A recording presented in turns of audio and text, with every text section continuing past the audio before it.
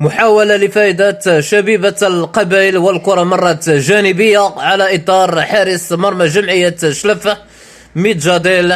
تسديدة اللاعب أخريب رقم 48، والكرة مرت جانبية على حامي عرين مرمى جمعية شلفة ميتجاديل. حتى نشاهد المحاولة جيدا بالعرض البطيئة، محاولة عن طريق اللاعب أخريب، سدد بقدم يسرى وكان قريبا من زيارة الشباك.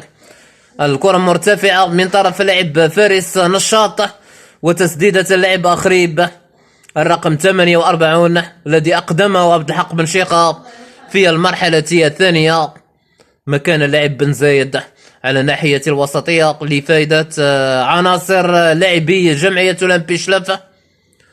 من اليسار إلى اليمين المباراة صارمة ومترصة وقوية بمحاولاتها وكذلك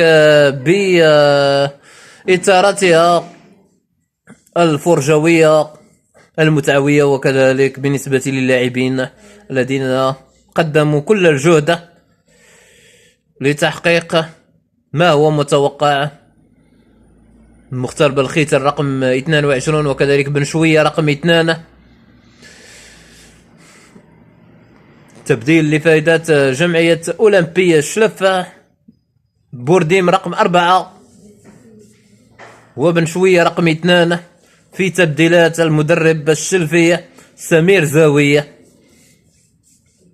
3 ألقاب تاريخية لجمعية أولمبي شلفة، لقبين على مستوى كأس الجزائر ولقب واحد في البطولة الجزائرية. المختار بالخيتر مصطفى عليلي رقم 27 يخرج ويدخل اللاعب بن شوية رقم 2. شبيبة القبائل 7 ألقاب إفريقية، كأس الكؤوس الإفريقية، كأس الكافة، وكذلك دوري أبطال إفريقيا في مناسبتين. بن شوية يدخل كما حقق لقب الدوري الجزائري في 14 مرة